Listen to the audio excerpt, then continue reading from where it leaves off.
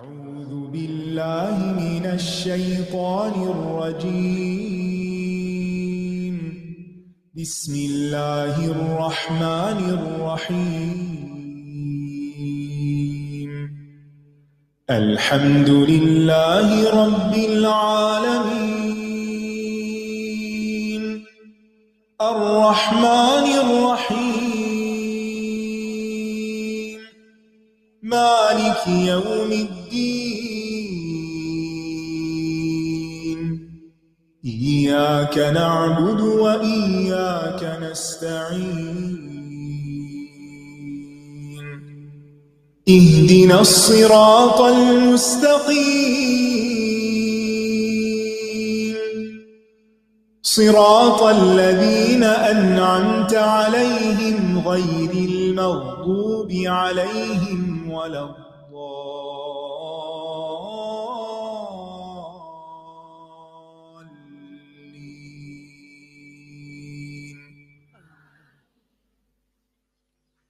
السلام علیکم ورحمۃ اللہ وبرکاتہ. کیا حال ہے سب کا؟ الحمدللہ. یہ بتائیے کہ کل جو ہم نے پڑھا تھا نماز کے صلاۃ کے شروع میں جو استفتاح کی دعا تھی سبحانک اللہم و بحمدک، وہ آپ کو نماز پڑھتے ہوئے یاد آئی؟ کیا فیلنگ تھی؟ کیا فیلنگ تھی؟ کوئی کچھ فیلنگ نہیں تھی؟ کچھ سوچا نہیں؟ اللہ تعالیٰ کی عظمت، بڑائی کہ پاک ہے اللہ. مائک لیجئے.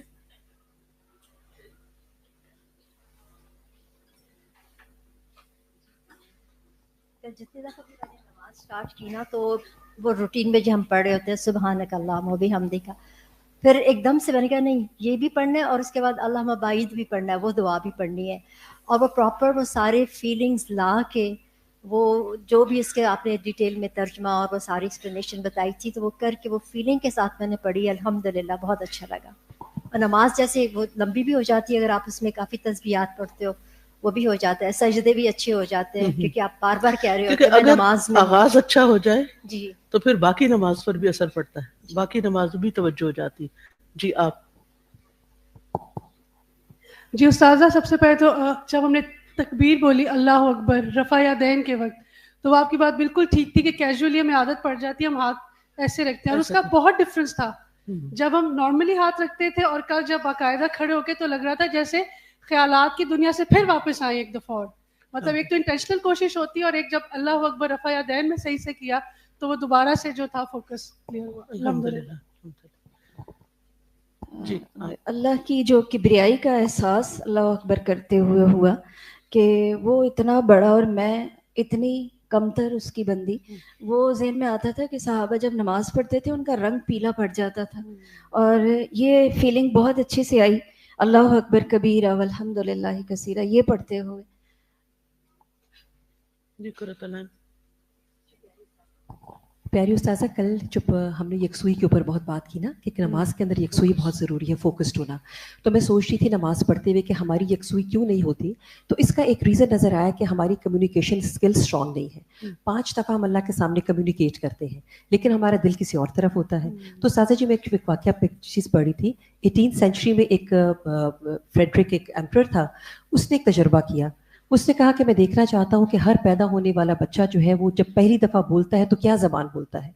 اس تجربے کے لیے اس نے بہت سارے بچوں کو اکٹھا کیا، نیو بورن بیبیز کو، ان کو ٹاپ آف دا لائن ہر طرح کی سہولیات دی، ان کو سب کچھ دیا اور کہا کہ کوئی ان سے بات نہیں کرے گا اور خاموشی کے ساتھ دیکھنا ہے کہ جو بچہ پہلی دفعہ بولے گا وہ کون سی زبان بولتا ہے.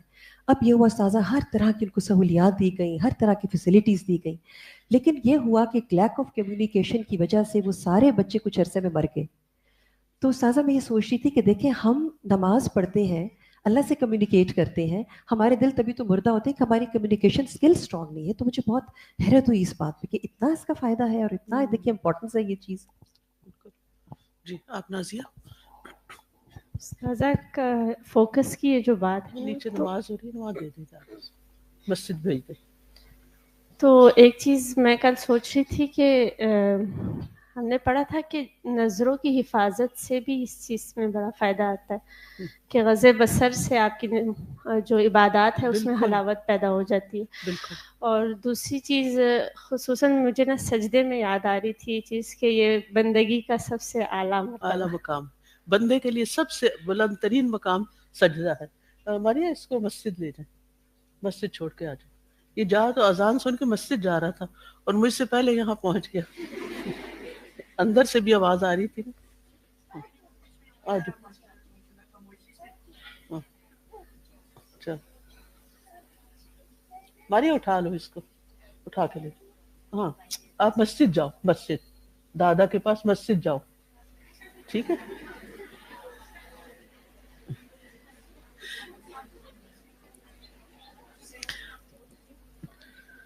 تو ہم جب کہتے ہیں سبحانک اللہم و بحمدک, پاک ہے اللہ, بلند ہے, برتر ہے اس سے کہ اس کا کوئی شریک ہو.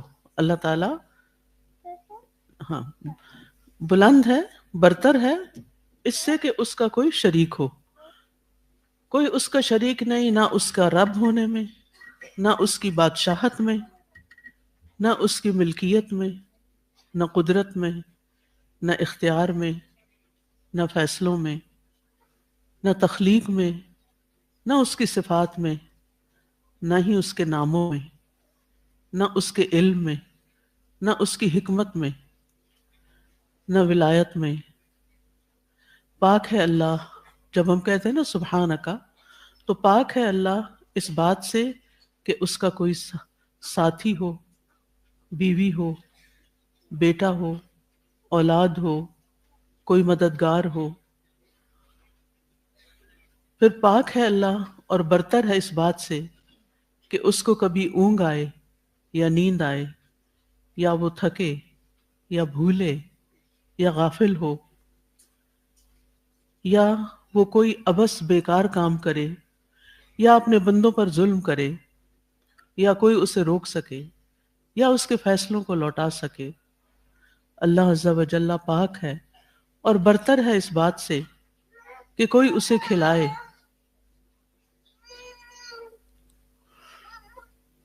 کوئی اسے نقصان نہیں دے سکتا, نہ اسے کوئی فائدہ پہنچا سکتا ہے, اور کوئی اس کو عاجز نہیں کر سکتا. وہ مخلوق کی صفات سے مشابہ نہیں, یعنی جو بندوں کے اندر کمزوریاں اور عادتیں ہیں نا, وہ ان جیسا نہیں, اس سے بھی بلند و برتر ہے. وہ پاک ہے اس سے کہ وہ بندوں پر ان کی قدرت سے زیادہ بوجھ ڈالے.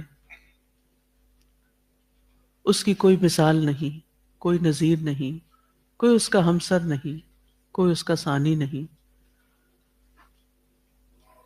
کوئی اس کی کبریائی کا ادراک نہیں کر سکتا, کوئی اس کی ذات تک رسائی حاصل نہیں کر سکتا. اللہ تعالیٰ پاک ہے اور برتر ہے انسانوں کی ان تمام باتوں سے جو اس کے لیے زیبا نہیں, ہر اس بات سے جو اس کے جلال کے لائق نہیں, ہر اس بات سے جو اس کے جمال کے لائق نہیں, ہر اس بات سے جو اس کے کمال کے لائق نہیں. پاک ہے میرا رب سب سے بلند و بالا, پاک ہے میرا رب اپنی تعریف کے ساتھ. تو جب آپ اللہ سبحانہ تعالیٰ کی پاکی بیان کریں تو اس وقت آپ کے ذہن میں یہ ساری باتیں ہونی چاہیے. یہ اصل میں کل ریفلیکشن بھیجے ہیں صفیہ خان نے کراچی سے, تو وہ میں آپ کو اس وقت پڑھ کر سنا رہی تھی کہ اگر آپ کے ذہن میں یہ باتیں رہیں تو جس وقت بھی آپ تسبیح کریں گے یا سبحانک اللہم و بحمدک کہیں گے, تو اللہ تعالیٰ کی یہ تعریف کے یہ کلمات اللہ سبحانہ تعالیٰ کی شان کے مطابق اس کے یعنی صرف زبان سے نہیں بلکہ دل سے ادا کریں گے, تو آپ کی نمازوں میں بھی کوالٹی پیدا ہوگی, آپ کی تسبیحات اور ذکر میں, اور الٹیمیٹلی یہ ساری چیزیں خود آپ کی کوالٹی بڑھا دیں گی, یعنی آپ کی قدر و قیمت بڑھا دیں گی.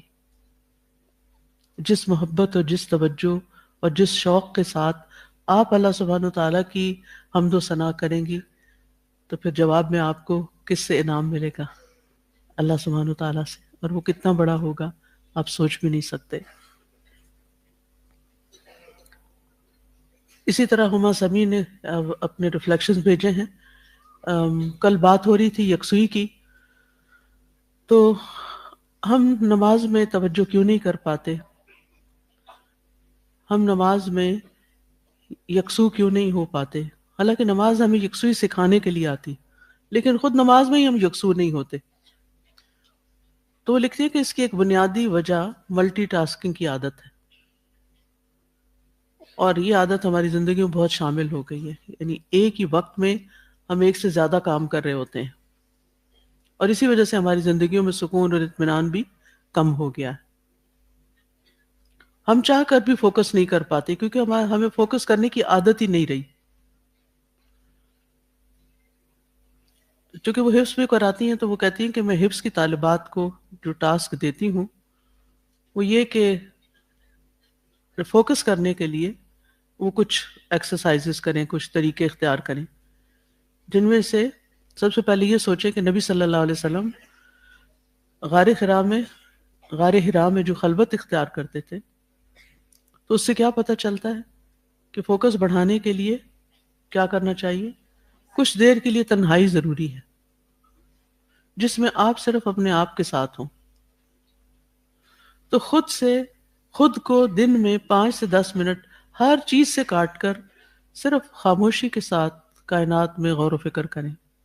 آسمان کو دیکھیں، پودوں کو دیکھیں، اپنے ہاتھوں کو دیکھیں، ایون غور و فکر کریں اللہ تعالیٰ نے مجھے کس طرح بنایا ہے. پھر اسی طرح اس جسمانی بریک کے ساتھ ساتھ قلبی، ذہنی اور ڈیجیٹل بریک بھی ہوگی، اور یہ ہونی چاہیے. یہ نہیں کہ جب آپ غور و فکر کر رہے ہو تو موبائل آپ کے ہاتھ میں ہو، وہ ایک طرف ہو، کہیں اور ہو. پھر آپ دیکھیں کہ فون کے معاملے میں آپ اپنے آپ کو ڈسپلن کریں. جب تک ڈیجیٹل ڈسپلن نہیں ہوگا اس وقت تک آپ فوکس نہیں ہو سکتے. کام کے وقت فون کو دور رکھیں، سارے نوٹیفیکیشنز بند رکھیں. آپ اس کے غلام نہ ہو کہ لوگ آپ کو اس وقت آپ سے کیا چاہتے ہیں، بلکہ آپ کو کیا کرنا چاہیے کہ جب آپ کا وقت ہو فون استعمال کرنے کا اس وقت آپ خود دیکھیں، اور خود آپ کی چوائس ہو کہ آپ کیا دیکھنا چاہتے ہیں، اس وقت کون سا کام کرنا چاہتے ہیں، آپ کی پرائرٹی کیا ہے. کیونکہ اس وقت ہو یہ رہا نا کہ قرآن مجید بھی ہمارا اسی پر ہے، ایپس بھی دعاؤں کی ہماری اسی پر ہے، اذکار وغیرہ ریمائنڈرز بھی اسی پر ہیں، الارم بھی اسی پر ہیں، اذانوں کی آوازیں بھی اسی پر ہیں، پھر ہمارے نوٹس بھی اسی پر ہیں، پھر ہماری کمیونیکیشن لوگوں کے ساتھ بھی اسی پر ہے، پھر ہم نے اگر کچھ اچھے گروپس جوائن کیے ہوئے ہیں یا ہمارے لیے اور اس طرح کے جو کام کی چیزیں ہیں، سب کچھ تو ہمارا پوری دنیا ہماری سمٹ کر اس کے اندر آ گئی نا. تو اس لیے اس کی ضرورت اور اہمیت سے انکار نہیں کیا جا سکتا کہ ہم صرف ہر وقت اس کو برا بھلا کہتے رہیں. یہ ہماری ضرورت ہے اور ہمیں اس کو استعمال کرنا ہے، لیکن ڈسپلن کرنا ہے، ہر وقت نہیں. یہ ہر وقت کا ساتھی نہیں ہونا چاہیے. جب آپ کو کوئی کام کرنا ہے، ضرورت ہے، اس وقت آپ اس کو اٹھائیں اور آپ اس کو یعنی وہ آپ کو رول نہ کرے، آپ اس کو رول کریں. پھر اسی طرح یہ ہے کہ اوقات مخصوص کریں، کس وقت میسیجز چیک کرنے ہیں، کس وقت آپ کو کوئی سوشل میڈیا پہ کوئی چیز دیکھنی ہے، کیونکہ اس میں بھی بعض بہت فائدے کی چیزیں ہوتی ہیں. یہ تو آپ کی اپنی چوائس ہے نا کہ آپ کیا دیکھتے ہیں یا آپ کیا لیتے ہیں. تو یہ ساری چیزیں جو ہے نا وہ ذہنی نوائز کو ختم کرتی ہیں. اور پھر یہ ہے کہ اگر آپ کو آپ کا کام ایسا ہے کہ آپ کو لیپ ٹاپ پہ کام زیادہ دیر کرنا پڑتا ہے یا کوئی اور اسی طرح کے آئی پیڈ ہے یا کچھ، تو بھی آپ کچھ نہ کچھ دن میں اس کو بریک ضرور دیں. اور الحمدللہ اللہ تعالیٰ نے ہمیں جو نمازوں کے لیے اٹھایا ہے یہ ایک بہت زبردست بریک ہوتی ہے. یعنی اور پھر یہ کہ اپنی سوچ کے ساتھ شعوری طور پر بریک لیں اس سے کہ بس میرا اتنا ٹائم ہو گیا، اب میں یہاں سے اٹھ رہی ہوں. جیسے کسی بھی کام کے لیے جو وقت آپ طے کرتے ہیں اور اتنا ٹائم اس کو آپ دیتے ہیں، تو کاموں کے دوران بھی چھوٹی چھوٹی بریک ضرور لیں. اور پھر اسی طرح جب آپ گھر والوں سے بات کریں، اپنے والدین سے کریں یا ہسبینڈ سے کریں یا بچوں سے کریں، تو اس وقت بھی آپ دیکھیں کہ کہیں آپ ملٹی ٹاسکنگ تو نہیں کر رہی، کہیں ایسا تو نہیں کہ فون پھر آپ کے ہاتھ میں، آپ بچوں کو سمجھا رہے ہیں اور آدھی ایک نظر فون پہ اور ایک بچے پہ، تو بچہ بالکل بھی توجہ نہیں دے گا، آپ کی بات نہیں سنے گا، کیونکہ اس کو پتا کہ میری اتنی امپورٹنس نہیں ہے، ماں کے لیے زیادہ امپورٹنٹ کچھ اور ہے۔ یہ نہیں ہو سکتا کہ ہم ہر وقت اس کو بند کر کے اور کیونکہ یہ رشتے جو ہوتے ہیں ہم آس پاس ہی ہوتے ہیں ہمارے، تو ان کو ٹائم، لیکن کچھ ٹائم ایسا ہونا چاہیے کہ جس میں اس کے بغیر ہم ان کو ٹائم دیں۔ کچھ وقت تو ہوگا کہ جس میں وہ بھی بیٹھے ہم کام بھی کر رہے ہیں، کمپنی بھی ایک دوسرے کے کام بھی ہو رہا ہے، کوئی بات نہیں، لیکن کچھ وقت لازم ایسا مقرر کریں کہ جب یہ پاس نہ ہو اور آپ اپنے گھر والوں کو ٹائم دے رہے ہیں۔ اسی طرح یہ ہے کہ اگر آپ قرآن مجید اس پہ پڑھتے ہیں تو اس وقت کوئی نوٹیفیکیشن بیچ میں نہیں ہونا چاہیے، کوئی میسج نہیں آنا چاہیے، کچھ نہیں، یعنی پھر سارا فوکس آپ کا قرآن پر ہی۔ اول تو آپ کے پاس مصحف ہی ہونا چاہیے، جو برکت اس کو اٹھانے کی اور فون کی نہیں، لیکن بعض اوقات ایسا ہوتا ہے کہ آپ ایسی جگہ پر ہوتے ہیں کہ جہاں قرآن مجید آپ کے پاس نہیں ہوتا، تو آپ نے کچھ شروع کیا تھا، مثلا میں قرآن مجید کا ایک حصہ شروع کر لیتی ہوں فون پر، اور جہاں جہاں مجھے وقت ملتا ہے جیسے ٹریولنگ کے دوران یا کچھ اور، تو اس وقت میں آرام سے اسے کھول کے پڑھنا شروع کر دیتی، پھر وہیں اس کو روک دیتی، تو وہ ایک قرآن مجید اس طرح آسانی سے ختم ہو جاتا ہے، یعنی پڑھتے پڑھتے آگے آگے اس کو وہیں پر سٹاپ لگا دیا جہاں تک بھی پڑھا۔ لیکن روزانہ اپنی ہیبٹ بنائیں مصحف سے پڑھنے کی، یعنی آپ کی زندگی میں قرآن، یعنی اس کی کاپی بھی آپ کے سامنے ہونی چاہیے جو صرف قرآن ہی ہو، کچھ اور نہ ہو اس میں۔ اس سے بھی بڑا فوکس ہوتا ہے۔ جب ہم قرآن مجید کے ساتھ اور چیزیں ساتھ شامل کر لیتے ہیں نا تو فوکس ہٹ جاتا ہے، تو اللہ کا کلام پورے کا پورا بس اللہ ہی کا کلام ہو، اس میں کوئی اور چیز نہ ہو۔ تو جب آپ کی عملی زندگی میں یہ فوکس آئے گا تو پھر نماز میں بھی آئے گا، کیونکہ آپ نے اپنے آپ کو ٹرین کر لیا ہے فوکسڈ ہو کے کام کرنے کے لیے۔ لیکن بعض اوقات مصروفیت زیادہ ہوتی ہے، ملٹی ٹاسکنگ کرنی پڑتی، اس کے بھی اوقات ہوں، ہر کام میں ملٹی ٹاسکنگ نہیں، ہر وقت میں نہیں۔ کیا کہا ہے میں نے؟ کوئی ایک چیز مجھے بتائیں، کیا کریں گے، کیسے فوکس کریں گے؟ ہر وقت ملٹی ٹاسکنگ نہیں کرنی، اور موبائل کے سارے نوٹیفیکیشن بند کرنے، اور ہر وقت موبائل ساتھ نہیں رکھنا، ضرورت کے وقت رکھنا ہے۔ اس کو انسانوں کا نعم البدل نہ سمجھیں کہ ٹھیک ہے مجھ سے کوئی بات نہیں کرتا یا مجھے کسی کی ضرورت نہیں، میرے پاس فون ہے اور اس میں جس سے چاہوں چیٹنگ کر لوں۔ اور جی ہاں، بچوں سے خاص طور پہ بات کرتے ہوئے فون ایک طرف کر دیں۔ اگر آپ کام بھی کر رہے ہیں، فون پہ کوئی کام کر رہے ہیں، تو اتنے میں بچہ آتا ہے آپ سے بات کرنا چاہتا ہے، آپ اسی وقت فون ایک طرف کر دیں اور بچے کو توجہ دیں۔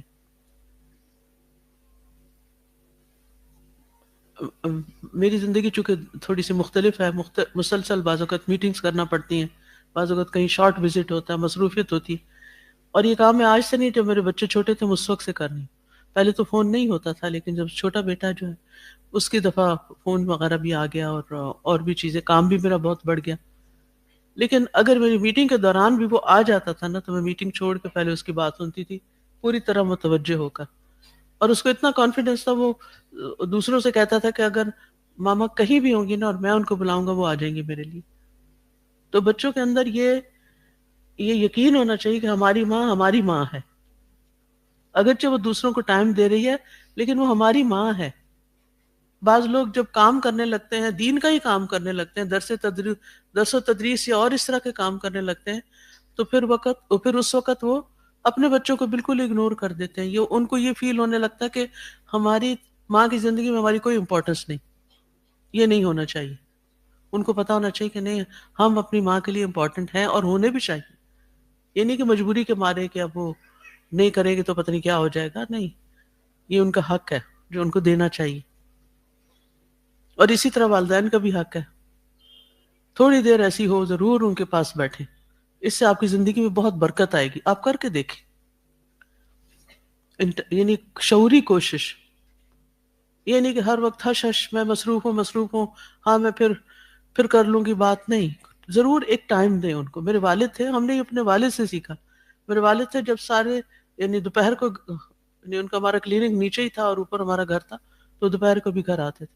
اور میرے دادا, جو میں چھوٹی تھی تو میرے دادا ہمارے ساتھ رہتے تھے, اس وقت کافی ضعیف ہو چکے تھے, تو وہ جب گھر آتے تھے سب سے پہلے دادا کے پاس جاتے تھے اور ان کے سامنے اس طرح جا کے بیٹھ جاتے تھے جیسے کوئی طالب علم اپنے استاد کے سامنے بیٹھا ہوتا ہے, کندھے جھکا کے. وہ قرآن مجید میں آتا ہے نا, وَخْفِضْ لَهُمَا جَنَاحَ الذُّلِّ مِنَ الرَّحْمَةِ. یہ میں نے عملی تصویر دیکھی ہوئی ہے اپنے والد کے اندر کہ وہ اپنے والد کے سامنے کندھے جھکا کے بیٹھتے تھے, ایسے اکڑ کے نہیں بیٹھتے تھے, بدتمیزی سے نہیں بیٹھتے تھے, لٹرلی ایک ادب کے ساتھ بیٹھتے تھے. اور پھر جب رات کو آتے تو پھر اسی طرح پہلے ان کے پاس جاتے تھے, ان کی 5 منٹ بیٹھے, 4 بیٹھے, جتنا بھی ان سے کوئی بات کرنی ہوئی, حال پوچھا, طبیعت کیسی ہے, کچھ کھایا, کیا چاہیے وغیرہ وغیرہ, ایک روٹین کی. اسی طرح جب وہ گھر سے جانے لگتے تھے تو امی کے پاس, امی کچھ بھی کر رہی ہوتی تھی ان کے پاس آ کے ضرور تھوڑی دیر چند منٹ کھڑے ہوتے تھے یا بیٹھتے تھے. اچھا آج تمہیں کیا چاہیے, آج گھر میں کس کس کی چیز کی ضرورت ہے. اتنی سی ان کی ڈائری ہوتی تھی, اس کے اوپر وہ خود لکھتے تھے کہ آج گھر میں مثلاً چینی نہیں ہے, چاول نہیں ہے, وغیرہ وغیرہ.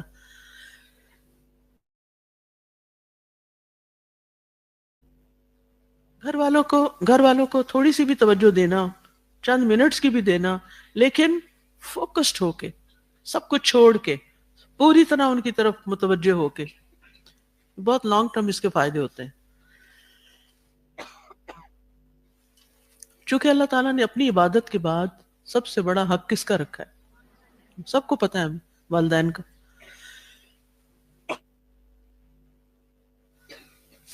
یاد رکھیے, والدین کو خوش رکھنا زندگی میں خوشیاں لاتا ہے.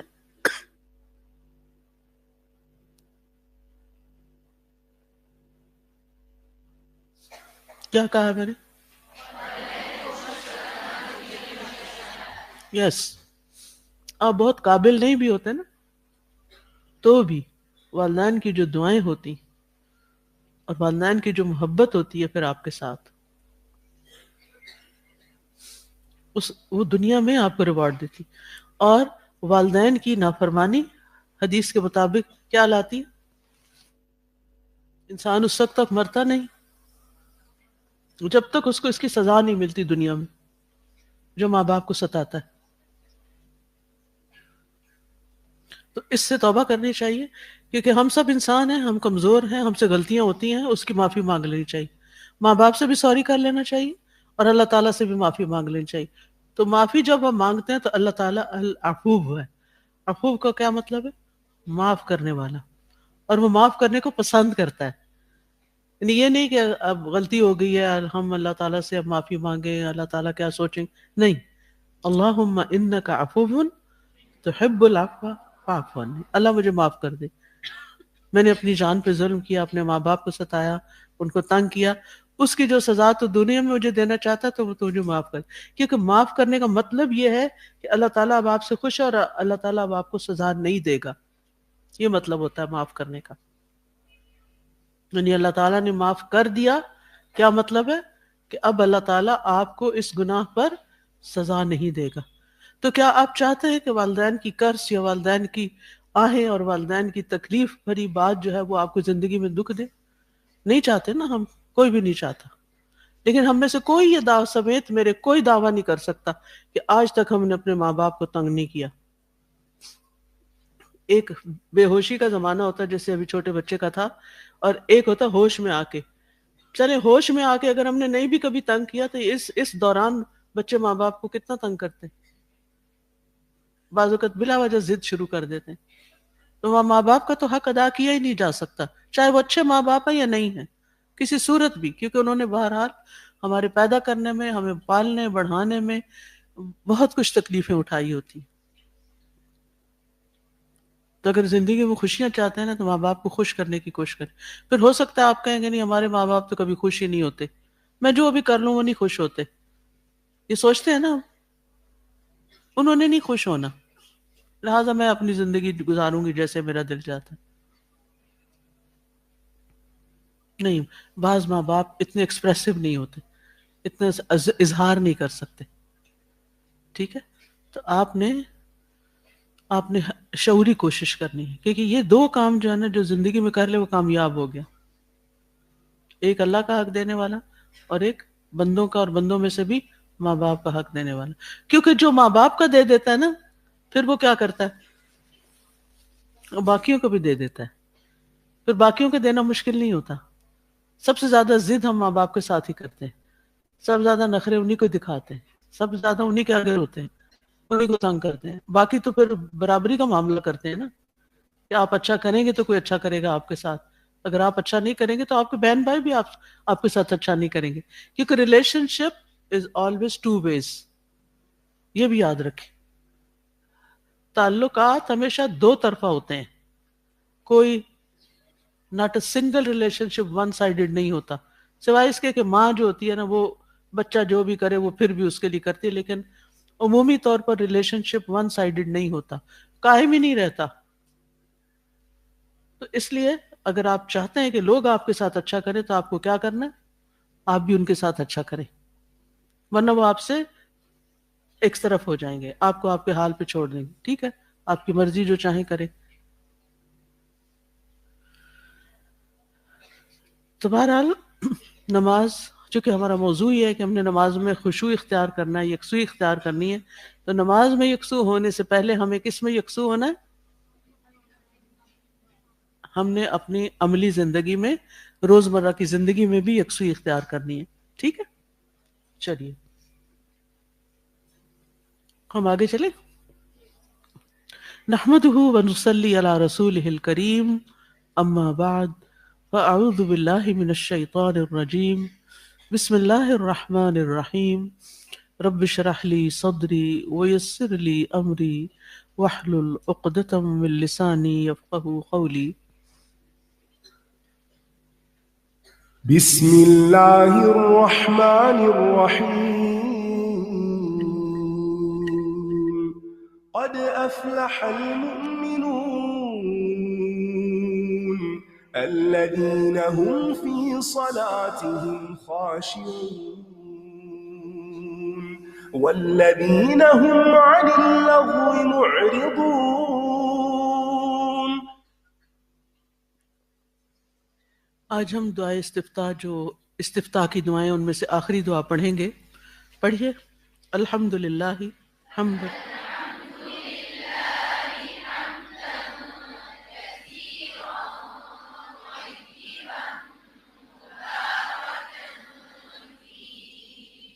تمام تعریفیں اللہ ہی کے لیے ہیں، وہ تعریف بہت زیادہ تعریف، پاکیزہ تعریف، مبارکن بابرکت فی ہی، اس میں تمام تعریف اللہ ہی کے لیے ہے، بہت زیادہ پاکیزہ اور بابرکت تعریف.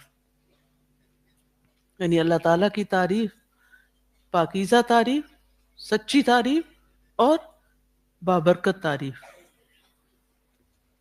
اس دعا کے بارے میں صحیح مسلم میں آتا ہے، انس رضی اللہ عنہ فرماتے ہیں کہ ایک آدمی آیا اور صف میں داخل ہو گیا اور اس کا سانس پھول رہا تھا.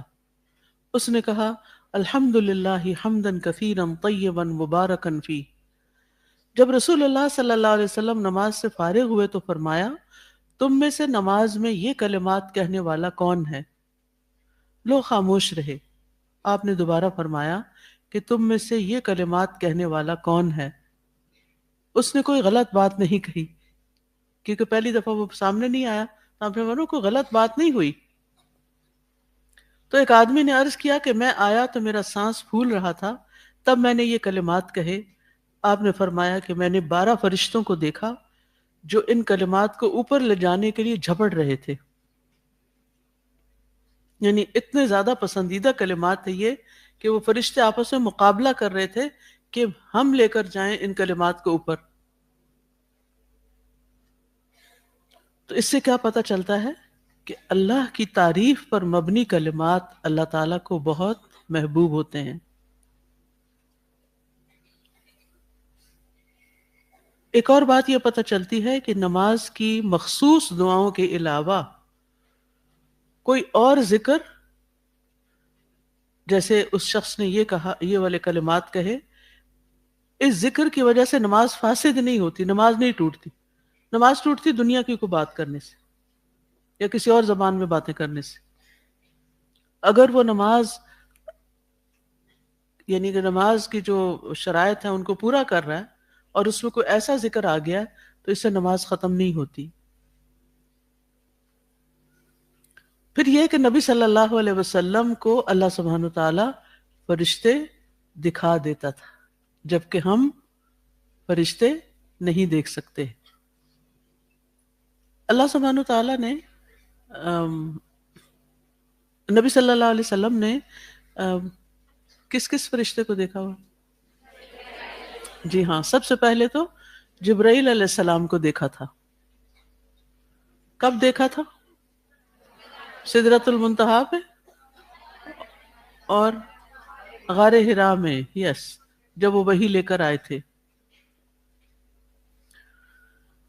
پھر اسی طرح یہ ہے کہ آواز سننے کے باوجود آدمی کو آپ نے نہیں پہچانا اور آپ لوگوں سے پوچھ رہے ہیں کہ وہ کون تھا.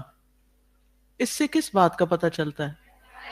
یس، کہ نبی صلی اللہ علیہ وسلم غیب کا علم نہیں رکھتے تھے، آپ غیب نہیں جانتے تھے.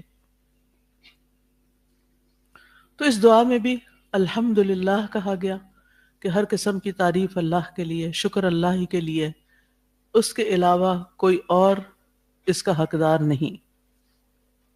جیسے ہم کہتے ہیں نا اللہ اکبر، اللہ سب سے بڑا، کبیرہ سب سے بہت ہی بڑا، تو پھر میں کیا ہوں؟ میں تو نہیں بڑا، تو تکبر کی نفی ہوگی. اور جب انسان اپنے آپ کو چھوٹا سمجھ لیتا ہے تو پھر ساری ٹینشن ہی ختم ہو جاتی کہ اگر مجھے کوئی میری تعریف نہیں بھی کر، مجھے کوئی بڑا نہیں سمجھتا، بڑا نہیں مانتا، میری بات نہیں کو مانتا، تو انسان کہتا ہے کہ میں ہوں کیا، میری حیثیت کیا ہے. ساری بڑائی تو اللہ کے لیے. اسی طرح جب کہتا ہے الحمدللہ، ساری تعریفیں اللہ کے لیے، تو پھر اگر کوئی میری تعریف نہ کرے تو کیا ہوا؟ کیا ہوگا؟ کیا کہیں گے آپ؟ ساری تعریف اللہ کے لیے. اور اگر کسی وجہ سے کوئی میری تعریف کرتا بھی ہے تو وہ بھی دراصل کس کی تعریف ہے؟ اللہ کی، کیونکہ میرا اپنا تو کچھ بھی نہیں، جو بھی ہے وہ اللہ ہی کا دیا ہوا ہے. آپ سوچیں آپ کی زندگی میں وہ کیا چیز ہے جن کی وجہ سے آپ کی تعریف ہوتی ہے؟ کوئی چیز بتائیے کہ جس کی وجہ سے لوگ آپ کی تعریف کرتے ہیں. شمیم کی مثلاً ان کی آواز کی وجہ سے اور قرات کی وجہ سے، اور کوئی علم کی وجہ سے. اور لوگ کہتے ہیں نا آپ بہت اچھا پکاتی ہیں، کسی کو کہتے ہیں آپ نے بہت اچھا میک اپ کیا ہوا ہے، آپ نے بہت. عمومی طور پہ دیکھیں ہماری تعریفیں کس بنا پہ ہوتی ہیں؟ سوچنے کی بات ہے.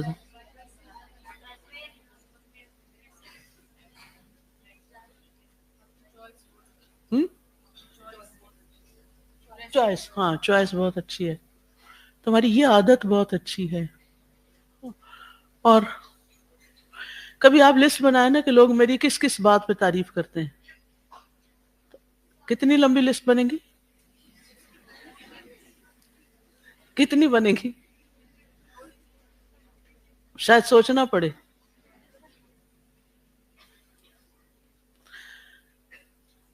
تو ساری تعریفیں یعنی اللہ سبحانہ تعالیٰ کے لیے، ہر کسی بھی چیز کو ہم دیکھیں تو اس کو دیکھ کے جو ایڈمائر کرتے ہیں، وہ اپریشیٹ کرتے ہیں، وہ دراصل کس کو جاری ہوتی؟ اللہ کو. ہمارے اندر تو کچھ ہے نہیں کہ جس کی وجہ سے ہم تعریف ڈیزرو کرتے ہوں یا ہم تعریف کے خواہش مند ہوں. اور اگر کوئی کرتا ہے تو بعض اوقات لوگ جھوٹی تعریف بھی کرتے ہیں، اور بعض اوقات اگر وہ کچھ کہتے بھی ہوں تو وہ ان کا گمان ہوتا ہے، ان کا خیال ہوتا ہے، وہ صرف ان کا ہوتا ہے، ساری دنیا کا نہیں ہوتا، سب تو نہیں وہ کہتے. اور اگر وہ کسی بنا پر، ہماری کسی عادت کی بنا پر یا کسی ہماری اور خوبی کی بنا پہ کرتے تو وہ بھی دراصل دی ہوئی کس کی ہے؟ اللہ کی. جیسے وہ ایک صحابی تھے نا جو وفد آیا تھا نبی صلی اللہ علیہ وسلم کے پاس، تو ان کے سارے لوگ بھاگے بھاگے آپ کے پاس آ گئے، اور جو ان کے سردار تھے اشج، ان کا شاید نام تھا، تو اشج بن قیس، وہ آرام سے انہوں نے کپڑے چینج کیے، صاف ستھرے ہو کر تیار ہو کر آپ کے پاس ہے. تو آپ نے ان کی عادات کی تعریف کی کہ تمہارے اندر دو چیزیں ایسی ہیں کہ جو اللہ تعالیٰ کو بہت پسند ہیں. تو انہوں نے پوچھا کہ کیا یہ میرے اندر قدرتی طور پر ہیں یا پھر یعنی ایکوائرڈ ہیں؟ تو انہیں بتایا گیا کہ قدرتی طور پر اللہ ہی نے دی ہیں آپ کو. تو اس طرح کسی کی یعنی اس حدیث سے بھی پتہ چلتا ہے کہ ہم کسی کی اچھی عادت کی تعریف کر سکتے ہیں، اس میں کوئی برائی نہیں. وہ جو حدیثیں آتی ہیں نا کہ تعریف کرنے والے کی گردن توڑ دی وغیرہ، وہ خوش آمد کے اس میں آتی اور جھوٹی تعریفیں. ٹھیک ہے، اگر یعنی کوئی کسی کو اپریشیٹ کرنے کے لیے، موٹیویٹ کرنے کے لیے، انکریج کرنے کے لیے کوئی چھوٹی سی بات اگر کر دیتا ہے کہ یہ عادت اس کی بہت اچھی ہے تو کوئی حرج نہیں ہے. اور یہ بھی دراصل اللہ ہی کی توفیق سے ہوتی ہے کہ ہماری کوئی عادت اچھی ہو جائے. تو پھر اصل تعریف کس کی ہوئی؟ جس نے وہ عادت دی یا وہ چیز ہمیں دی. اگر کوئی آپ کی شکل و صورت کی وجہ سے آپ کی تعریف کرتا ہے کہ آپ بہت پیاری ہیں مثلا، تو وہ بھی کس کی تعریف ہے اصل؟ کیونکہ خالق اور مصور تو اللہ سبحانہ و تعالیٰ ہی ہے. تو الحمدللہ، ساری تعریفیں اللہ کے لیے ہیں. حمدن کثیرن، بہت زیادہ تعریف، بہت زیادہ تعریف، کیونکہ نعمتیں بے شمار ہیں. ان تعدوا وان تعدوا نعمت اللہ لا تحصوها. ان گنت نعمتیں ہمیں ملی ہیں، تو ہر نعمت پر ہمیں کیا کرنا چاہیے؟ اللہ کا شکر ادا کرنا چاہیے.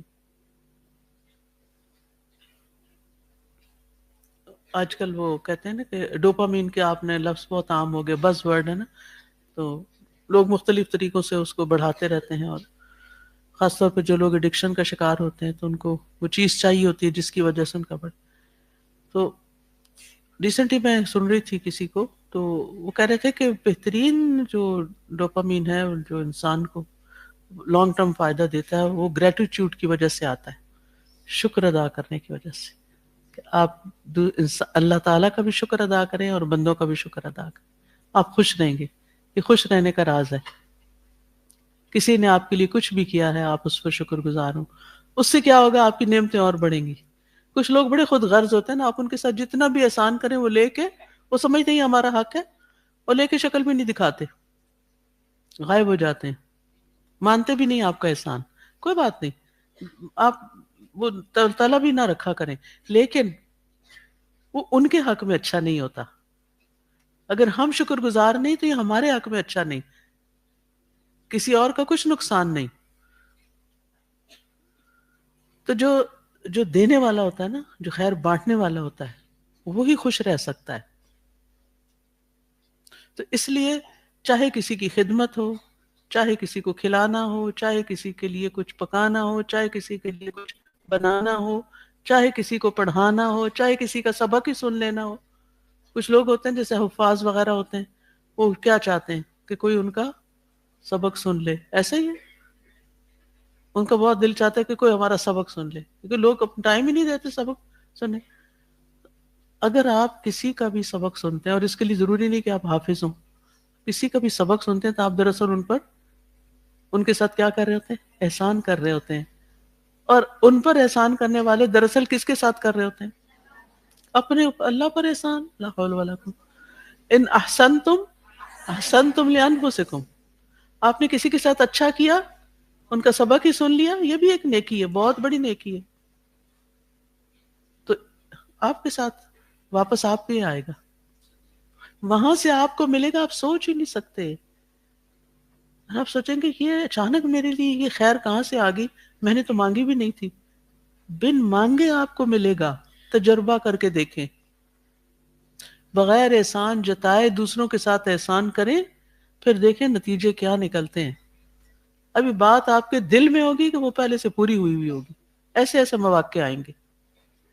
بس شرط یہ ہے کہ ان سے کسی شکریہ کی بھی توقع نہ رکھیں. تو اپنے آپ کو نا آفر کیا کریں، مختلف نیکیوں کے لیے آفر کیا کریں، کام کے لیے، کسی کی خدمت کرنے کے لیے، کسی کے ساتھ کوئی بھلائی کرنے کے لیے. پیچھے نہ رہا کریں. اچھا ابھی سوچیں ذرا، آج آپ اپنے آپ کو کس کام کے لیے کسی کے ساتھ آفر کریں گے کہ آپ اس کا کچھ کر دیں؟ ذرا سوچیں. نہیں مجھے نہیں بتایا، ذرا سا ابھی سوچیں، پہلے لکھیں. میں کسی کے ساتھ کیا بھلائی کر سکتی ہوں، کسی کے کس کام آ سکتی ہوں، میں کس کام کی ہوں، یا میں سری نری نکمی ہوں.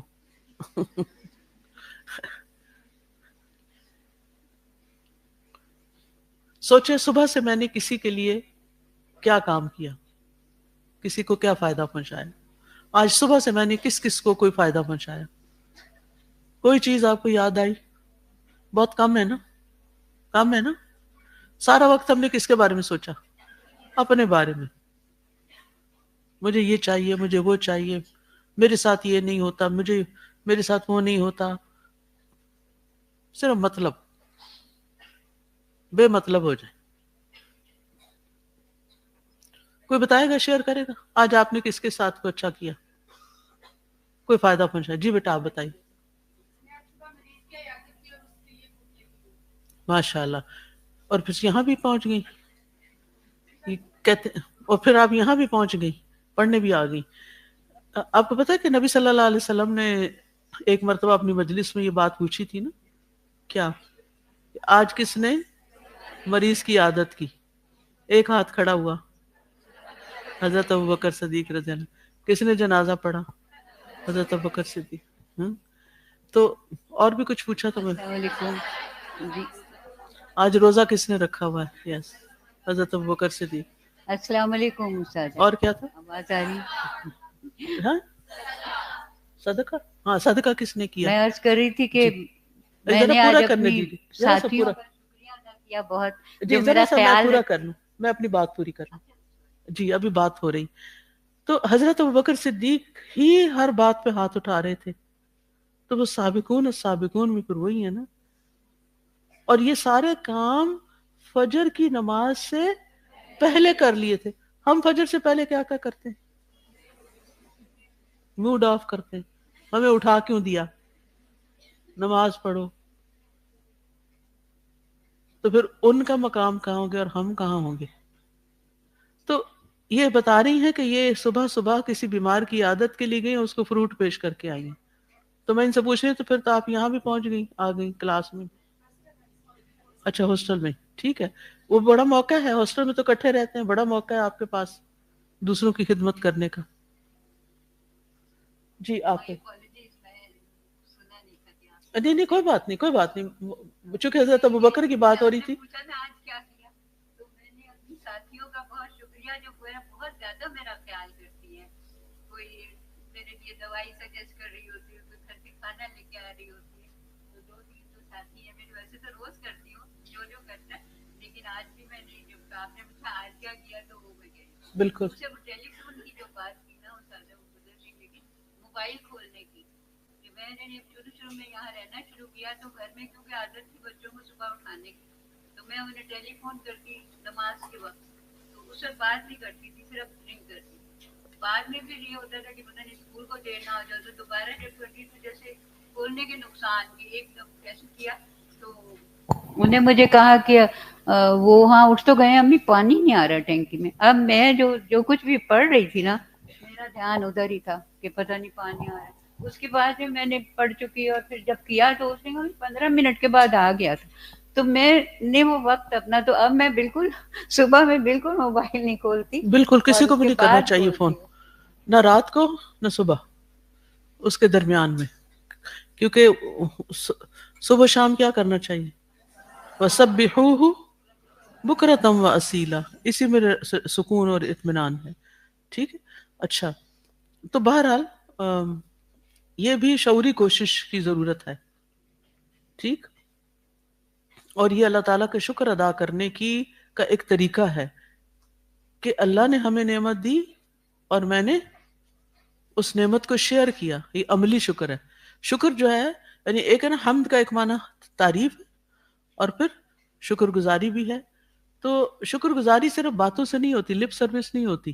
شکر گزاری عمل سے بھی ہوتی کہ دوسرے کو عملی طور پہ کوئی فائدہ پہنچایا جائے، خاص طور پہ جس نے احسان کیا ہو. اچھا یہاں پر یہ ہے کہ حمدن کثیرن، بہت زیادہ تعریف، اور طیبن، طیب پاکیزہ تعریف. کون سی تعریف پاکیزہ ہوگی؟ مائک ہاتھ کھڑا کیجئے پھر بتائیے پاکیزہ تعریف کون سی ہوتی ہے اور نا پاکیزہ کون سی ہوتی ہے؟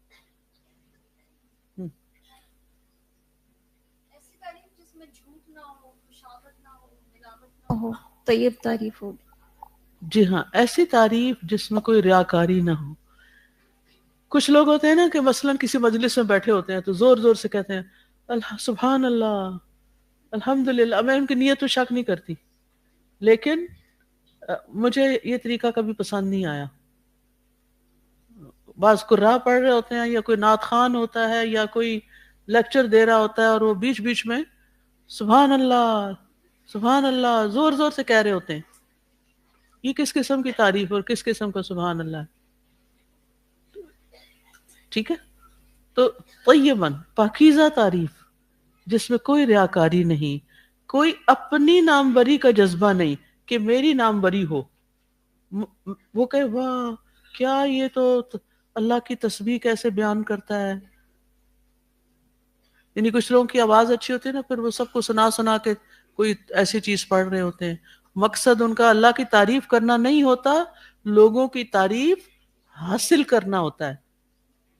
ایک ہے اللہ کی تعریف کرنا اور ایک ہے لوگوں سے اپنی تعریف کروانا. اچھا، جب آپ قرآن مجید بھی پڑھ رہے ہوتے ہیں اچھی قرات سے یا اچھی طرح یا کوئی کام بھی اچھا سا کر رہے ہوتے ہیں، تو خاص طور پر جس میں اللہ سبحانہ تعالیٰ کا ذکر ہو، تو پھر اپنے آپ کو سمجھایا کریں کہ یہ اللہ کی تعریف کے لیے، اس لیے نہیں کہ لوگ میری تعریف کریں. یہ دو ڈیفرنٹ انٹینشنز ہیں. ہاں، آپ نے خالص نیت سے اللہ کی تعریف کی اور سچی تعریف کی، لیکن لوگوں نے آپ کی بھی شروع کر دی جو آپ کا کوئی نیت نہیں تھی، تو پھر اس میں پکڑ نہیں. اور مبارکن فی کا کیا مطلب؟ آپ کے ذہن میں کیا آتا ہے؟ آپ پہلے بتائیں گے پھر میں آپ کو بتاؤں گی، اس لیے کہ یہ الفاظ ہم نے کئی دفعہ پڑھے بھی ہیں. تقریباً ہم ہر روز نماز میں، میرے خیال ہے آپ میں سے بھی کچھ لوگ پڑھتے ہوں گے یہ کلمات نماز میں. کتنے لوگ پڑھتے ہیں؟ خاص طور پہ رکوع سے اٹھ کے ماشاءاللہ ایک بڑی تعداد. لیکن جب آپ کہتے ہیں مبارکن فی تو کیا سمجھتے ہیں، کیا پڑھتے ہیں؟ ذرا بتائیے مجھے. جی، کوئی ایک ہاتھ کھڑا کر کے اور پراپر مجھے بتائے گا تاکہ مجھے پتا چلے کہ آپ جو پڑھتے ہیں. جی جی بیٹا، آپ ہی بتا دیجیے جو ہاتھ کھڑا کر رہی ہیں. کسی چیز میں خیر کا بڑھ جانا، تو مبارکن فی ہی یعنی ایسی تعریف جس میں برکت ہے. اس کا کیا مطلب ہوگا؟ دیکھیں نا، اب اس سے آپ اندازہ لگا لیں، سارے جو چپ بیٹھے ہوئے ہیں، اس سے آپ اندازہ لگا لیں کہ آپ لوگ جو تعریف کر بھی رہے ہوتے ہیں اس کو بھی نہیں سمجھ رہے ہوتے ہم کیا رہے ہیں، اور کبھی زحمت بھی گوارا نہیں کرتے کہ ہم کسی سے پوچھ ہی لیں کہ بھیا اس کا مطلب کیا، یہ جو ہم کہے جا رہے ہوتے ہیں ہر وقت یہ باتیں. غور کریں. برکت کیا ہوتی؟ کسی چیز میں بڑھوتری، النمو والثبات، اور اس کا قائم رہنا. یعنی ایک ہوتا نا اضافہ ہوا پھر بیٹھ گئے نیچے آ گیا، نہیں، زیادہ ہوا اور پھر وہ زیادہ سے اور زیادہ ہوا اور پھر وہ اس سے اور یہ برکت ہوتی ہے. یعنی کسی بھی چیز میں خیر آئی وہ واپس نہیں گئی بلکہ کیا ہوا؟ اور ہو گئی اور ہو گئی اور ہو گئی، زیادہ زیادہ زیادہ، یہ برکت ہوتی ہے. یعنی اللہ ہمیں ایسی حمد کی توفیق دے کہ جس میں خیر کثیر ہو، جس میں قبولیت ہو، جو بڑھتی چلی جائے، جسے رد نہ کیا جائے. کیونکہ جس عمل کو قبول نہیں کیا جاتا اس میں کوئی خیر نہیں ہوتی، اس میں کوئی برکت نہیں ہوتی، وہ بے برکت ہے. یعنی آپ نے کیا، آپ نے ایک کام کیا، آپ نے تعریف کی، آپ کو ایک نمبر بھی نہیں ملا، ایک نیکی بھی نہیں ملی، کوئی ثواب بھی نہیں ملا. کیا کمایا آپ نے؟ کیونکہ ریاکاری تھی نا اس میں، تو ملے ہی کچھ نہیں، بلکہ الٹا چالان کٹ گیا. یہ دیکھو یہ بندہ کتنا دھوکے باز ہے، بظاہر یہ کر رہا ہے اللہ کی تعریف اور اندر اندر سے کیا چاہ رہا ہے؟ لوگ مجھے مان جائیں. تو حمدن کثیرن طیبن مبارکن فی، اور اس لیے حمدن کثیرن کہ اللہ سبحانہ وتعالی وہ رب ہے کہ جس کی رحمت کی کوئی یعنی وہ رب ہے جس کی رحمت کی کوئی حد نہیں. بے شمار مہربانیاں کرنے والا، ایسا بادشاہ ہے جس کی بادشاہت پوری کائنات پر ہے، اس کا کلام ہدایت کا سرچشمہ ہے، وہ ہر عیب سے پاک ہے، القدوس ہے، السمیع ہے جو ہر آواز کو سنتا ہے، البصیر ہے جو ہر چیز کو دیکھتا ہے، اس کے علم کی کوئی حد نہیں، وہ ایسا الغفور ہے کہ جو بندوں کے گناہ معاف کر دیتا ہے، ایسا اللطیف ہے جو ایسے طریقے سے بندوں کو نوازتا ہے کہ بندوں کو پتہ بھی نہیں چلتا کہ انہیں کیا کچھ مل چکا، الوہاب کہ آپ ڈیزرو نہیں کرتے پھر بھی آپ کو دیتا ہے، بن مانگے دینے والا وہاب ہوتا ہے، ایسا الاحد ہے کہ جس کا کوئی نظیر شریک ہی نہیں، ایسا السلام ہے کہ جو مکمل سلامتی والا ہے، تو پھر اس کی حمدن کثیرن کیوں نہ ہو، زیادہ سے زیادہ تعریف کیوں نہ ہو۔ اب میں ذرا آن لائن سے بھی لے لیتی ہوں ریفلیکشن۔ جی ہما سمیع آپ بات کیجیے۔ جی الحمدللہ میں اس چیز کو کنیکٹ کر رہی تھی جو آپ نے پہلے بات کی نا عملی پہلو کے حوالے سے، کہ ہماری زندگی میں اگر عملی اعتبار سے ہم چھوٹی چھوٹی چیزوں کو دیکھیں گے تو والدین کے حوالے سے بات ہو رہی تھی، تو سبحان اللہ میں یہ چیز سوچ رہی تھی، میں ان ساری باتوں کو نا نماز کے ساتھ کنیکٹ کر رہی تھی کہ ہم پڑھ تو نماز کے حوالے سے رہے ہیں، تو پھر اس کا ہماری نماز سے کیسے تعلق قائم ہوگا نا۔ تو میں یہ سوچ رہی تھی کہ جب ہم بندوں کے ساتھ اچھا سلوک کرتے ہیں، حقوق العباد میں والدین ہوتے ہیں، بہن بھائی ہوتے ہیں، صلہ رحمی کرتے ہیں، تو وہ چیز ہمیں بوجھوں سے بھی آزاد کرتی ہے، اور پھر جب ہم نماز کے لیے کھڑے ہوتے ہیں تو ہمیں وہ چیزیں تنگ نہیں کرتی ہیں اپنی نماز میں، پھر ہماری پوری توجہ جو ہے وہ نماز پر ہی ہوتی ہے۔ سبحان اللہ۔ تو میں اس کو اس طرح سے کنیکٹ کر رہی تھی، اور میں اپنی بات ضرور شیئر کروں گی یہاں پر اس پلیٹ فارم پر کہ میری یہ عادت ہے تقریباً میرے خیال سے جب سے یہ ہمارا سوشل میڈیا نے ہمیں الاؤ اللہ تعالیٰ نے کیا اس کے ذریعے 15 سے 20 سال، تو میرا کبھی بھی ایک دن بھی اپنی والدہ سے بات کرنے کا ناغہ نہیں ہوتا۔ الحمدللہ میں روزانہ ان سے بات کرتی ہوں، اور ان کی ضرورتوں کا بھی پوچھتی ہوں، ان کے دل کا حال بھی پوچھتی ہوں، تو مجھے لگتا ہے اس کی وجہ سے میں نے اپنی زندگی میں بہت ساری برکتیں دیکھی ہیں، اور بہت ساری یہ جو آپ نے بھی بات کی تھی نا کہ وہ پھر زندگی میں بھی اس کے لیے اللہ سبحانہ تعالیٰ خوشیاں لاتا ہے، تو الحمدللہ۔ اور یہ جو ابھی آپ نے آپ پڑھ رہی تھی اللہ تعالیٰ کے ناموں کو اس کے ساتھ کنیکٹ کر رہی تھی، تو بہت ہی خوبصورت فیلنگ آ رہی تھی۔ میں یہ سوچ رہی تھی کہ جب تک ہم اللہ سبحانہ تعالیٰ کی شکر گزاری اس طرح نہیں کرتے اس کو پہچان کے، تب تک ہم انسانوں کے بھی شکر گزار نہیں ہو سکتے چھوٹی چھوٹی چیزوں میں۔ تو ہمیں اللہ تعالیٰ کی پہچان کے ساتھ ہی بندوں کی شکر گزاری بھی آتی ہے دل میں کہ وہ ہمارے لیے کیا کرتے۔ اللہ تعالیٰ ہم سب کو توفیق دے۔ جزاکم اللہ خیرا۔ یہ انہوں نے بڑا اہم نقطہ بیان کیا ہے کہ جب ہم بندوں کے ساتھ اچھا سلوک کر کے، جیسے والدہ ہی ہے مثلا، ان کے ساتھ اچھا سلوک کیا، ان کو خوش کیا، گھر والوں کا خیال کیا، اس کے بعد ہم چاہے تھکے ہوئے بھی ہوں نا اور نماز میں کھڑے ہوں تو نماز کیسی ہوتی ہے؟ بہت اچھی۔ اور اگر ہم کسی سے لڑ کے کھڑے ہوں تو پھر کیسی ہوتی؟ فرق ہے نا۔ تو نماز ہماری ساری زندگی کو ریگولیٹ کر دیتی ہے، اور ہماری زندگی کے اعمال جو ہیں وہ نماز بہتر کرنے کے لیے مددگار ہوتے ہیں۔ تو نماز صرف ایک عبادت ہی نہیں ہے بلکہ ہمیں ایک اچھا انسان بنانے کا بہترین نسخہ بھی ہے۔ جی نیئر کچھ کہنا چاہتی ہیں؟ جی نیئر کہیے۔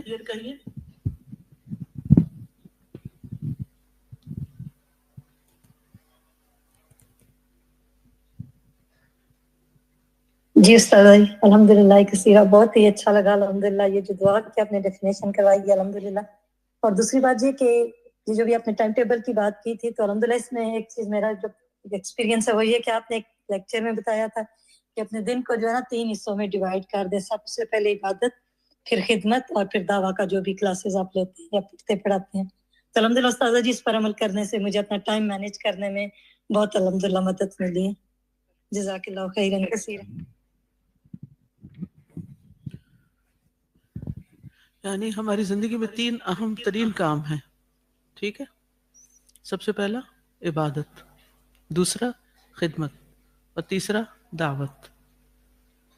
یعنی سب سے پہلا حق اللہ کا ہے، پھر اس کے بعد بندوں کا ہے، اور پھر اس کے بعد دین کا کام، یہ ساتھ ساتھ بھی چل رہے ہوتے ہیں، ایک دوسرے کے آگے پیچھے بھی ہو رہے ہوتے ہیں، لیکن ان تینوں کے لیے وقت نکالنا ضروری ہے، اور اسی میں ہمارے لیے خیر و بھلائی ہے۔ چلیے آگے چلتے ہیں، یہاں تک ہو گیا۔ اب ہم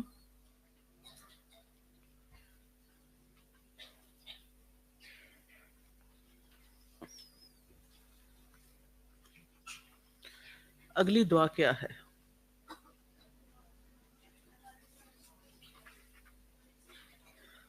دعا استفتاح، جی ہاں۔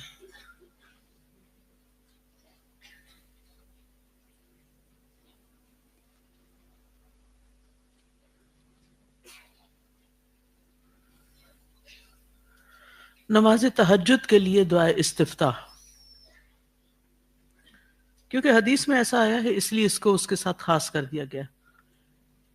جی پڑھیے۔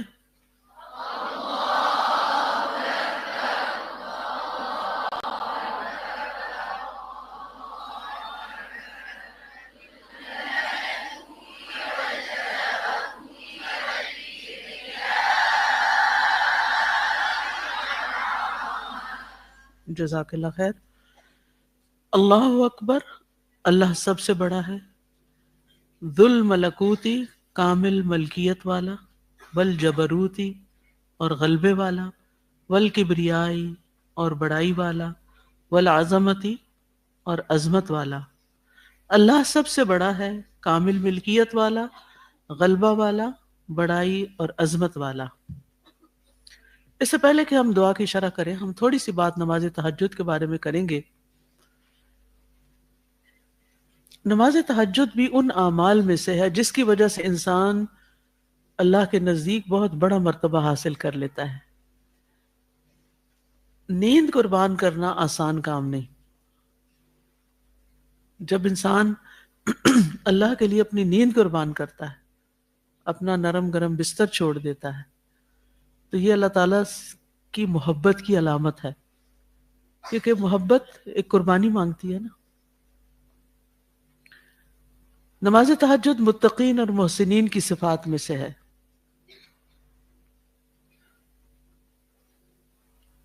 قرآن مجید میں آتا ہے، سورۃ الذاریات کی آیت نمبر 15 سے 18 ہے۔ شمیم پڑھیے ذرا۔ ان المتقین فی جنات وعیون،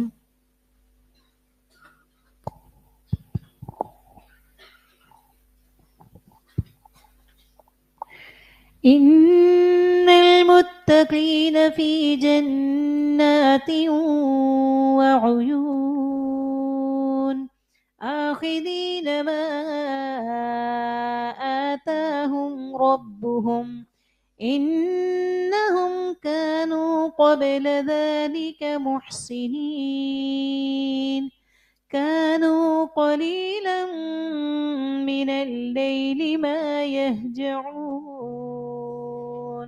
وبالأسحار هم يستغفرون۔ بے شک متقی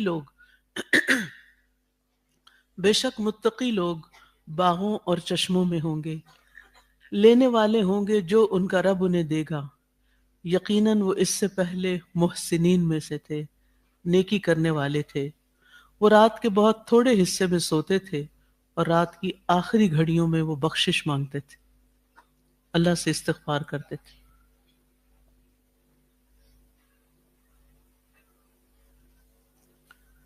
فرض نماز کے بعد سب سے افضل نماز ہے تہجد کی نماز۔ رسول اللہ صلی اللہ علیہ وسلم نے فرمایا، میری امت کے اشراف یعنی ایلیٹ قرآن کے حافظ اور رات کو نماز پڑھنے والے ہیں۔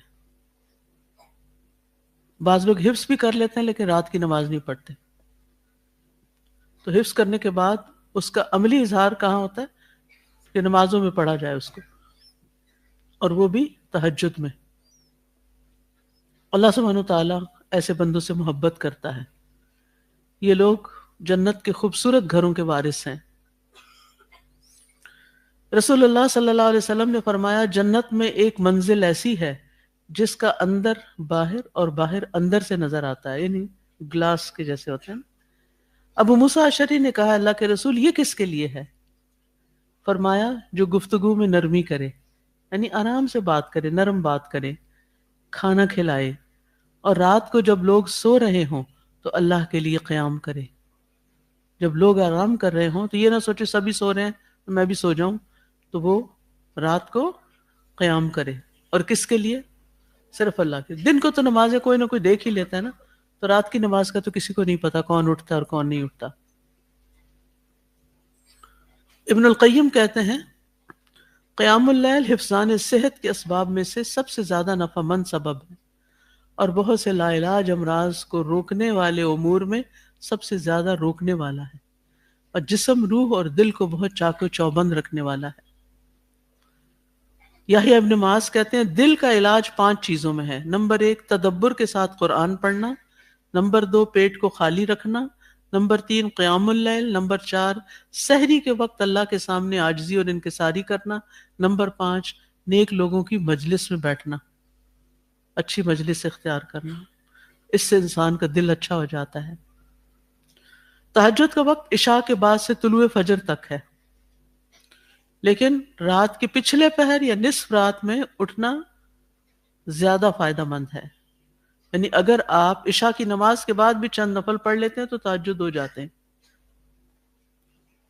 تہجد کے بارے میں کوئی تعداد نہیں آتی، آپ 2 رکعتیں بھی پڑھ سکتے ہیں اور 100 رکعتیں بھی پڑھ سکتے ہیں.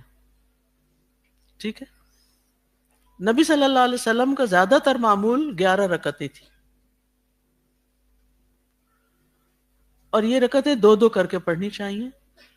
ہر 2 رکعتوں کے بعد آپ سلام پھیرتے تھے. پہلی 2 رکعتیں ہلکی ہوتی تھی، یعنی ہلکے سے شروع کرتے تھے، پھر اس سے بعد کم طویل، پھر زیادہ طویل.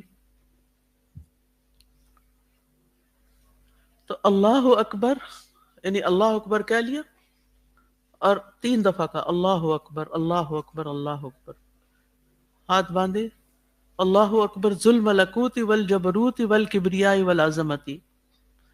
اللہ سب سے بڑا ہے، کامل ملکیت والا، غلبے والا، بڑائی اور عظمت والا. حضرت حذیفہ رضی اللہ عنہ سے روایت ہے کہ انہوں نے رسول اللہ صلی اللہ علیہ وسلم کو رات میں نماز پڑھتے ہوئے دیکھا. آپ نے 3 بار کہا اللہ اکبر ذو الملکوت والجبروت والکبریاء والعظمت. پھر آپ نے ثنا سے استفتاح کیا، سبحانک اللہم و بحمدک پڑھا، پھر سورۃ الفاتحہ کے بعد سورۃ البقرہ کی قرات کی. تو اللہ اکبر اللہ سب سے بڑا ہے، اس کا معنی تو آپ کو آ ہی گیا ہوگا.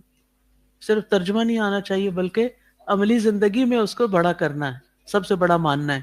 اللہ سب سے بڑا ہے، ماں باپ سے بھی، استادوں سے بھی، دنیا کے سب بڑے لوگوں سے اللہ بڑا ہے. ذو الملکوت یعنی وہ تمام چیزوں کا مالک ہے، جو ہمیں نظر آتی ہیں جو نہیں آتی. اور جبروت کا کیا مطلب ہے؟ کہ وہ صاحب قہر ہے، سب چیزوں پر اس کا حکم چلتا ہے. والکبریا ساری بڑائی اس کے لیے، والعظمہ عظمت اس کے لیے. اور یہ 2 صفات بھی صرف اللہ ہی کے لیے ہیں، کبریائی اور عظمت کی. لیکن اللہ کی عظمت کس کے دل میں ہوتی ہے؟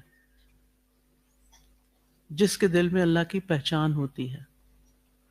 جتنی اعلیٰ معرفت ہوگی اتنا ہی اعلیٰ ایمان ہوگا. بندہ جب اللہ کو اس کی عظمتوں کے ساتھ پہچانتا ہے تو پھر اس کا دل کہاں پھٹتا ہے. اللہ کا ذکر کر کے، اللہ کا تصور کر کے آپ کے دل کی حالت کیا ہوتی ہے، اس سے پتہ چلتا ہے کہ آپ اللہ کو کتنا عظیم مانتے ہیں. الذین اذا ذکر اللہ وجلت قلوبہم، وہ لوگ کہ جب ان کے سامنے اللہ کا ذکر کیا جاتا ہے تو ان کے دل دہل جاتے ہیں. اب اللہ کی عظمت محسوس کرنی ہو تو کیا دیکھنا چاہیے؟ کائنات میں دیکھنا چاہیے، کائنات کی وسعتوں کو دیکھنا چاہیے.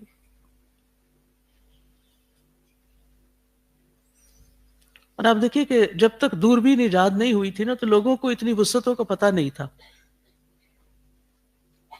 پہلے زمانے میں پہاڑوں پر نصب کی جاتی تھیں ایسی چیزیں، آبزرویٹریز بنائی جاتی تھیں، اسپیس آبزرویٹری، اور پھر اس کے بعد طرح طرح کی اور ڈسکوریز ہونے لگی. پھر پورا نظام شمسی دیکھ لیا لوگوں نے. پھر اس کے بعد یہ کہ بلیک ہول اور ملکی ویز اور اسی طرح کی اور بہت سی چیزیں. آپ دیکھنا چاہیں تو آپ کو اب نیٹ پر جس وقت جب چاہیں ایسی چیزیں دیکھ کر احساس کر سکتے ہیں. اور آپ میں سے کبھی کسی کو کسی آبزرویٹری میں دیکھنے جانے کا موقع ملا؟ اسٹار واچنگ کی کبھی آپ نے؟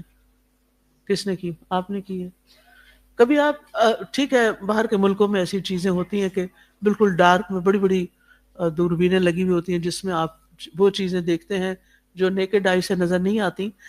لیکن اگر آپ پاکستان کے بھی جو شمالی علاقہ جات ہیں، بہت سال پہلے مجھے اتفاق ہوا تھا وہاں جانے کا، گلگت سوات وغیرہ، تو وہاں ہم رات رہے تھے. جب رات رہے اور رات کا پورا اندھیرا تھا تو آسمان پہ وہ جو تھی ملکی وے نظر آ رہی تھی. تو ایسے کشمیر میں اگر آپ کبھی جائیں جہاں پر مصنوعی بجلیاں نہیں ہیں اور دور دور تک نہیں ہیں، ٹوٹل ڈارک ہوتا ہے، جب چاند وغیرہ بھی نہیں ہوتا، تو پھر آپ دیکھ سکتے ہیں اللہ سبحانہ تعالیٰ کی قدرت کے نظارے. اور مجھ پہ بہرحال سب سے زیادہ اس چیز کا اثر ہوتا ہے کہ اللہ تعالیٰ اتنا بڑا ہے. ہماری زمین تو سولر سسٹم میں بھی کچھ حیثیت نہیں رکھتی، اور کہاں یہ کہ پھر ہمارا سولر سسٹم ہماری گیلیکسی کے اندر، ہماری گیلیکسی اور کلسٹرز کے اندر، اور اتنی وسعتیں ہیں، اتنی وسعتیں اللہ تعالیٰ کی تخلیق کی کہ انسان سوچ بھی نہیں سکتا. تو جب آپ اللہ سبحانہ تعالیٰ کے سامنے کھڑے ہوں تو اللہ تعالیٰ کی بڑائی کا اظہار کریں. آپ دیکھ رہے ہیں جتنی بھی دعا استفتاح ہیں ان سب میں کیا ہے؟ اللہ تعالیٰ کی بڑائی کا ذکر ہے. 2 منٹ ہیں اگر آپ میں سے کوئی کچھ کہنا چاہتا ہے. جی سادی.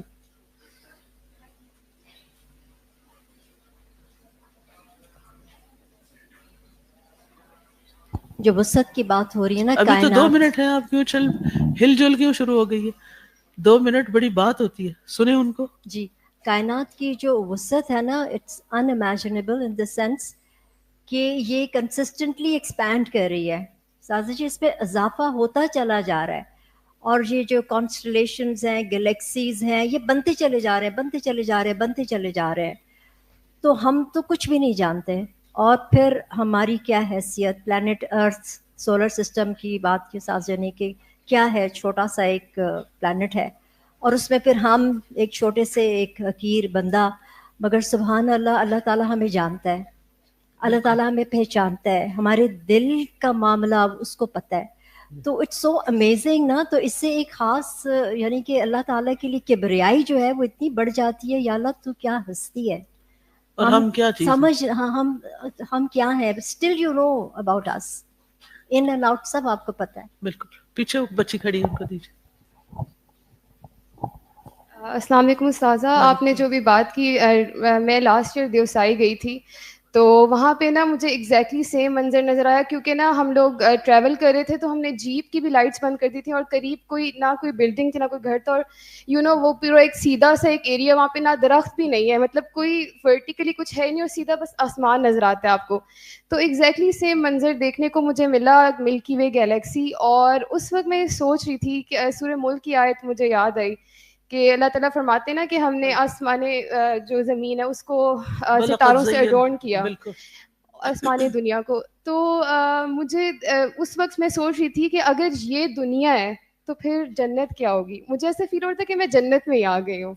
اللہ تعالیٰ مطلب اتنا عظیم ہے، اس نے یہ سب کچھ بنایا، اور پھر اس نے انسان کو اشرف المخلوقات بنایا، اور ہمارے لیے سب کچھ بنا. جی خلق لکم ما فی الارض جمیعا. ایگزیکٹلی، ورنہ وہ ہمارے اوپر بھی آگے گر سکتے تھے، بٹ اس نے مسخر کیا ان سب چیزوں کو ہمارے لیے. بالکل. السلام علیکم اساتذہ. آپ نے تعریف کی بات کی تو میرے مائنڈ میں عزیز ذوالقرنین علیہ السلام کا واقعہ آ گیا کہ جب انہوں نے یاجوج ماجوج کے لیے دیوار بنائی تھی اور سارے اسباب کو انہوں نے استعمال کیا، تو اینڈ میں انہوں نے کہا تھا قال ھذا رحمۃ من ربی. تو میں اکثر درس وغیرہ دینے کی ہی جاتی ہوں نا، تو وہ اکثر کہتے ہیں آپ بہت اچھی بات کرتی ہیں یہ وہ، تو میں یہی کہتی ہوں یہ میری اساتذہ کا سارا کمال ہے جو ان سے ہم سیکھتے ہیں. تو مجھے پہلے اس کا جواب نہیں آتا تھا، لیکن جب من فضل ربی، پہلے مجھے اس کا جواب نہیں آیا، لیکن جب ہم نے سورہ کہف پڑھ لی تو پھر جب کوئی کچھ کہہ دیتا ہے تو میں کہتی ہوں ھذا رحمۃ من ربی. ہر تعریف کو رب سے جوڑیں، اصل تعریف اسی کی ہے. جزاک اللہ. انہوں نے جو کام کیا ذوالقرنین نے کوئی معمولی کام نہیں تھا، اور پتہ نہیں سینکڑوں یا ہزاروں سال پہلے. اور پھر اس وقت جب کوئی ہماری تعریف کرنے لگے نا، اللہ کی تعریف کرے تو اس کا مزہ ہی کچھ اور ہوتا ہے، اور سچے دل سے طیباً. تعریف کون سی ہو؟ طیب، مبارک. ٹھیک ہے. شفق ہیں یہاں کہیں؟ اگر ہیں تو میرے پاس آ جائیں. جی چھت پہ سویا کرتے تھے. جی ہاں. اب تو کمروں میں ہے نا، بچے ہمارے دیکھتے ہی نہیں وہ نظارے، تو وہ واقعی وہ ساری وہ کہکشاں اور ستارے، اور رات کو ہم دیکھتے رہتے کہ اب ادھر ستارہ جا رہا ہے ادھر جا رہا ہے. بالکل. چاند کو بھی گھٹتے بڑھتے نظر آ رہا ہوتا تھا اوپر. تو کمروں میں جو بچے ہیں ان کو بیچاروں کو تو وہ نظر ہی نہیں آتی تھی. اور تعریف کا جو آپ نے کہا نا کہ تعریف بھی کہتے ہیں نا کہ اللہ تعالیٰ دلوں میں ڈال دیتا ہے ان لوگوں کی تعریف جو اچھے ہوتے ہیں. بالکل. آج ہمارے پاس تربیلا ڈیم سے مہمان ہیں. اہلاً و سہلاً، مرحباً. ٹھیک ہے. تو جب آپ لوگ جائیں گے تو پھر ان سے میں بات کرتی ہوں. یہاں سب سے پہلے پیچھے والی لائنیں کھڑے ہو کے لائن قطار تیزی سے نکل جائیں، پھر آگے والی اٹھیں. باری باری نکلیں تو زیادہ اچھا تھا، بجائے اس کے کہ ایک دم ایک دوسرے کے اوپر رش کر دیں. ٹھیک. اوکے. سبحانک اللہم و بحمدک، اشہد ان لا الہ الا انت، استغفرک و اتوب الیک. السلام علیکم ورحمۃ اللہ وبرکاتہ.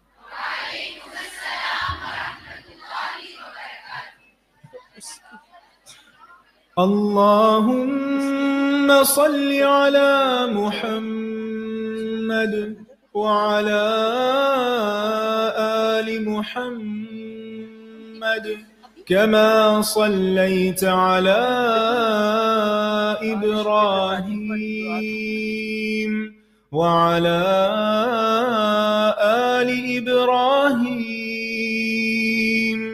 إنك حميد مجيد. اللهم بارك على محمد وعلى آل محمد كما باركت على إبراهيم وعلى آل إبراهيم إنك حميد مجيد.